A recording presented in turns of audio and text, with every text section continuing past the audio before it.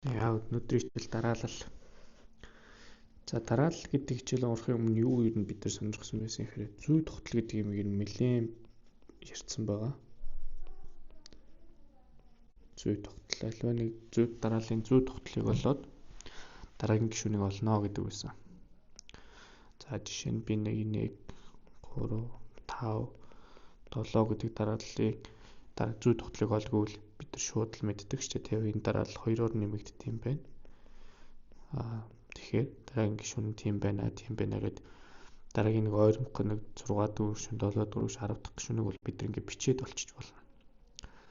Гэтэл одоо асуулт ингэж хувирж байгаа байхгүй юу? 100 дахь гишүүн нэг бол. Тэгвэл би заавал бүгдийг бичиж олох албагүй болж байгаа байхгүй юу? 100 дахь гишүүн, 1000 дахь гишүүн, сая дахь гишүүн. Тэгсэн чинь энэ дугаар гишүүнийг яаж олох вэ гэдэг асуулт очиж байгаа байхгүй юу? Энэ дугаар гишүүнийг яаж олох вэ?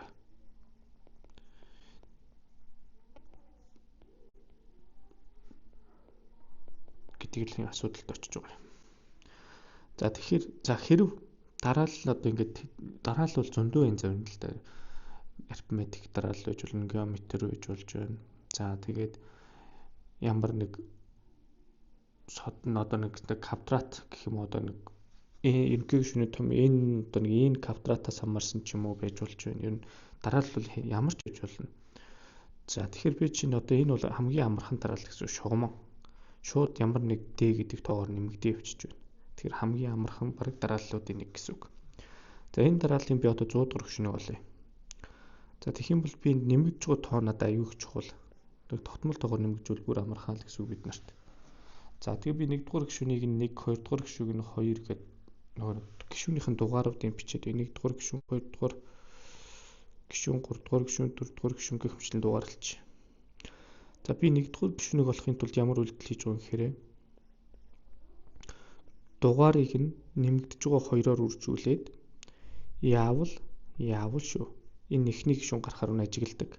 1-ийг 2-оор үржээ 2, 1 гарахын тулд би 1-ийг хасах шүү дээ. 2 дугаар гишүүнийг олохын тулд мөн яг саяхан байж чадах нь ажиглах шүү дээ. Дугаар нь 2, нэмэгддэг тоо нь 2, 1-ийг хасыг 3 гарч иж гэнэ үү.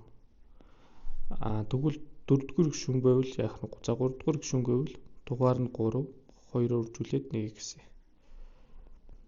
5 гарах жишээ.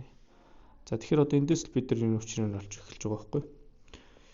Тэгвэл 10 дугаар гишүүнийг олъё гэвэл би яах вэ гэхээр 10-ыг 2-оор үржүүлээд 1-ийг хасчихъя. Дугаарыг нь 2-оор үржүүлээд 1-ийг хасаад байх гэсэн үг. Тэгвэл би энэ 100 дугаар гишүүнийг олохын тулд яах нь вэ? 100-г 2-оор үржүүлээд 1-ийг хасъя. 199. Энэ бол 100 дахь гишүүний дараалал. Би тэгвэл одоо энэ дугаар гишүүнийг яаж том ялах вэ? Энэ дугаар гишүүн гэдэг юмд очиж байгаа юм л да. Тэгвэл би N-ийг 2-оор үржээд 1-ийг хасна. Энэ бол энэ дугаар гишүүнийг олж байна гэсэн үг. Би N-ийн оронд 100-г тавьвал 100 дугаар гишүүн, 1000-ыг тавьвал 1000 дугаар гишүүн. Энийг бол ерөнхий гишүүний том ёо гэж хэлж болно. Тэгвэл цаашлаад заавал ямар нэг тоогоор нэмэгдэх албагүй байхгүй дараалал. Нэмэгддэг байх албагүй. Ямар нэг тоогоор нэмэгддэг хасагддаг байвал энэ техник бол хамгийн супер гэж бодоход хэрэг болдгоо гэсэн үг. Одоо тэгвэл ийм бай.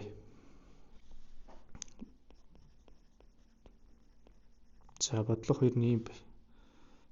5, 9, 15, мөн 23, 33 бай. Энэний зүгээр зүй тогтлыг нь олё хэдүүлээ эхлээд.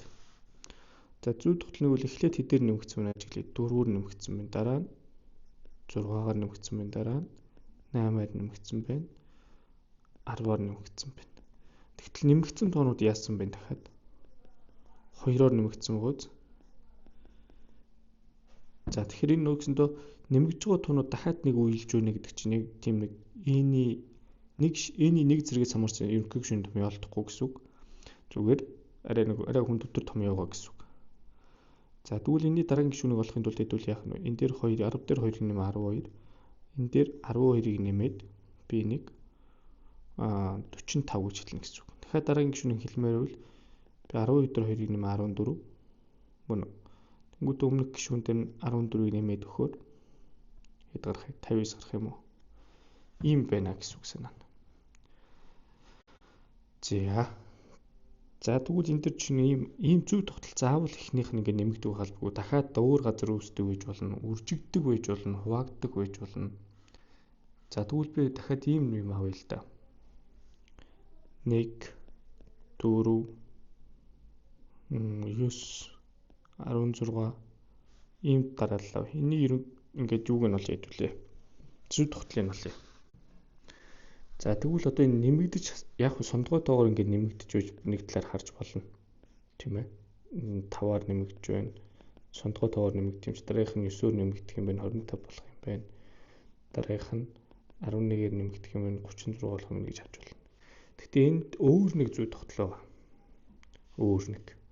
Ямар юм гэхээр бүгднгийнх нь дугаарыг халддоор нь бичиж. Тэгвэл дугаарыг нь дугаараар нь үржүүл юу болж байна? Тэрийг ажиглая. Дугаарыг нь дугаараар нь үржүүл. Гишүүн маань гараад ирж байгаа үз. За тэгэхээр энэ дээр ерөнхийдөө дараагийн гишүүнийг бичихийн тулд би 7 үржихийн 7 үржихэд хангалттай. Дараагийнх нь бичихийн тулд 8 үржих 8 хангалттай гэсэн. Тэгвэл би 100 дахь гишүүнийг олъё бол 100 үржихэд 100 байхад болно гэсэн үг. N дахь гишүүн бол n квадрат байна гэсэн үг. N квадрат гэдэг бол юу хэлж байгаа гэхээр n-ийг үржихний n-ийг би n квадрат гэж тэмдэглэнэ. За. Тэгэхээр ямар нэг дараалал ингээд нэмэгддэг байж болно, насагддаг байж болно, үржигддэг байж болно, яаж ч болно гэсэн үг. За тэгвэл дарааллыг ашиглаад одоо өгүүлбэртэй бодлогуудыг дараалал руу шилжиж бууж болно. За. Жишээ нь ийм бодлогод л байдвүлээ. Тийм бай. Бодлого 3. За 8 3 10 7 12 энэ дарааллыг 81 82 дахь гишүүнийг олъё. 81 82 дахь гишүүнийг олъё. За эхлээд дараалал маань ямар учиртай тэрийг ажиглая. За ингээд өсвүүд буурсан байна тийм ээ. Тэгэхээр би нэг жаахан алгасан тийм зүй тогтол харж үзэн. Чинь энэ дээр 2-оор нэмэгдсэн байгаа. Дахиад 2-оор нэмэгдэж байна уу? Нөгөөд бол нь яаж вэ чиглээ үлдсэн сүүлжлүүд биш тэгсэн 4-оор нэмэгдээд 4-оор нэмэгдээд байна тийм ээ. За тэгэхээр би зүй тогтлоо олчлаа ямар учиртай вэ? Одоо 81 82 дахь гишүүн хүртэл бичиж болно гэдэг бол цаг хугацааны хувьд асуудалтай байхгүй. Тэгэхээр би яаж бодох юм гэхээр 1 2 дугаар гишүүн ингээ багцлаад байж болж байна. За би багцлахгүйгээр юм бодъё. Би эхлээд нэг ийм шин дараалал зохиоч 8 10 12 гэх хвчлийн дараалал зохиоч.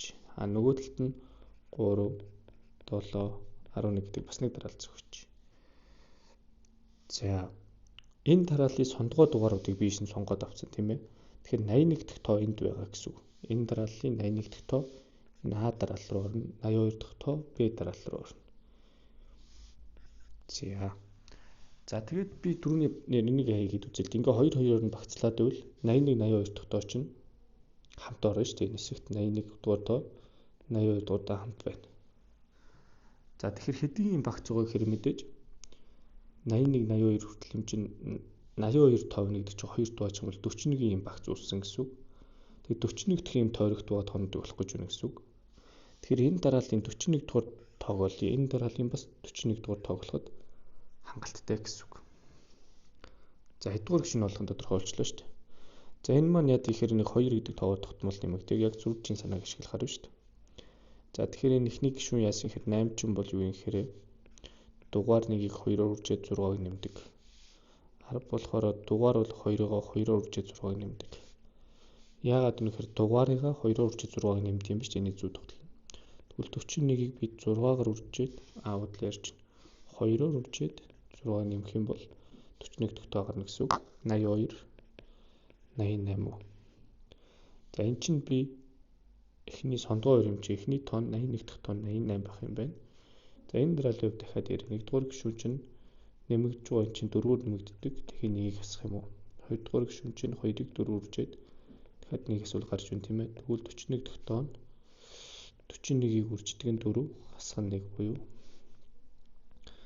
164-өөс 1 хэсгээр 163. За дараагийн тоон 163 байна. За ингээд дарааллынхаа ерөнхий гишүүний түрүүний томьёог ашиглаад томьёог нь өөрсдөө зохиогоод биш тэр нь бол ер нь математик бид нар томьёож ажиллах үе тэр томьёог яаж гарч ирж байгааг бүх юм ин ойлгоход байвал чийжлэх юм аюу багсдаг гэсэн үг. Энэ чийжлэхгүйгээр аль хүнд суурийг л ойлгол маш сайн бэлтгэл болж өгдөгөө тэр.